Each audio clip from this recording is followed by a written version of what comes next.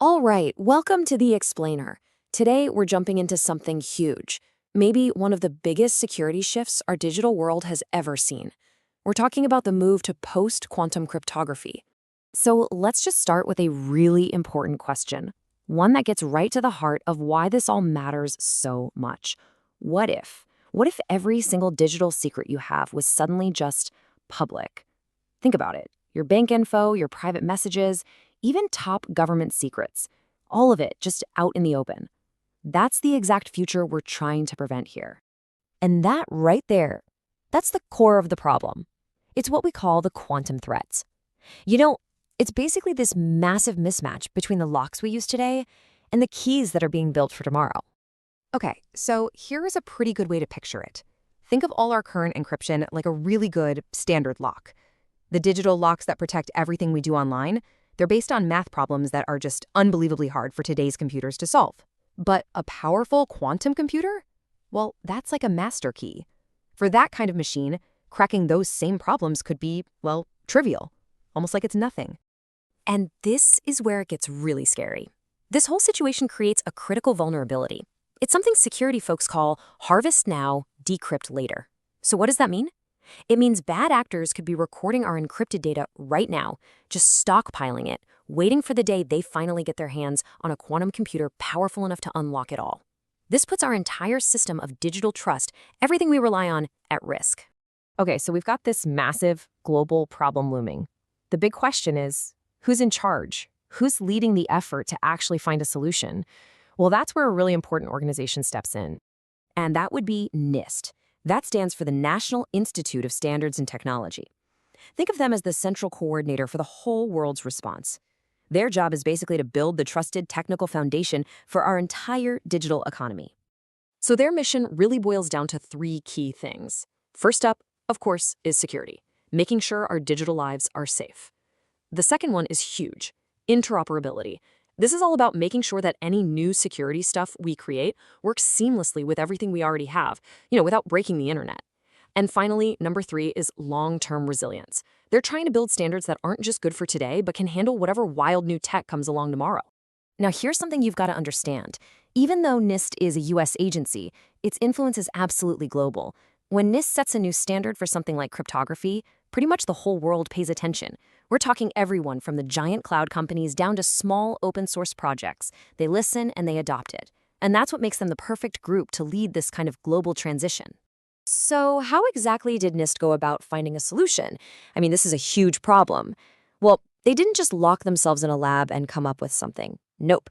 They tackled it head on by turning it into a massive, transparent global competition.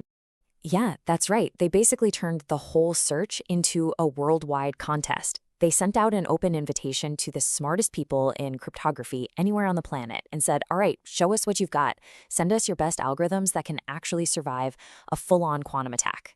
And believe me, this was not a quick little thing. It started with that global call for ideas, and then came years, literally years, of intense public testing. You had researchers from all over the world just hammering away at each other's work, trying to find any weakness, any crack. The algorithms that managed to survive that whole cryptographic gauntlet, those are the ones now being turned into our new global standards. But here's the thing. Creating these super powerful new algorithms, that's really only half the battle. The next giant leap, the really tricky part, is actually putting them into place across the entire internet and, doing it without breaking everything in the process.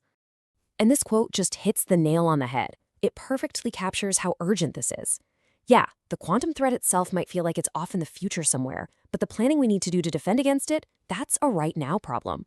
You can't wait until the master key has already been built to start changing all your locks. So this really shows the fundamental shift we're making here. You see, our classic crypto, the stuff we use now, it often relies on math problems like finding the prime factors of a gigantic number. That's super hard for a normal computer, but for a quantum computer, potentially really easy. These new PQC algorithms, though, they're based on totally different, much, much harder math problems, things like lattice-based cryptography. A good way to think about it is like this. Imagine trying to find your way out of some impossibly complex thousand-dimensional maze. It's a type of problem that's designed to be hard for any kind of computer, quantum or not. And what's so important here is that NIST isn't just dropping this complicated new math on everyone's lap and saying, good luck. No, they're giving us a whole roadmap for how to do this. That includes advice on so-called hybrid strategies, where you use both the old and the new encryption together for a while to make the switch smoother. And they're helping organizations figure out how to plan this transition based on their own specific risks. Okay, so this brings us to the final and honestly, the most important takeaway from all of this. What does this huge transition actually mean for the digital world we all depend on, and why is it so critical that we act now? The message we're getting from all the experts is crystal clear. Planning ahead is everything. The organizations that start right now, taking stock of their systems, really understanding their risks, and drawing up a map for how they'll make this transition, those are the ones that are going to be safe and secure tomorrow. And so, that really leaves us with one final thought.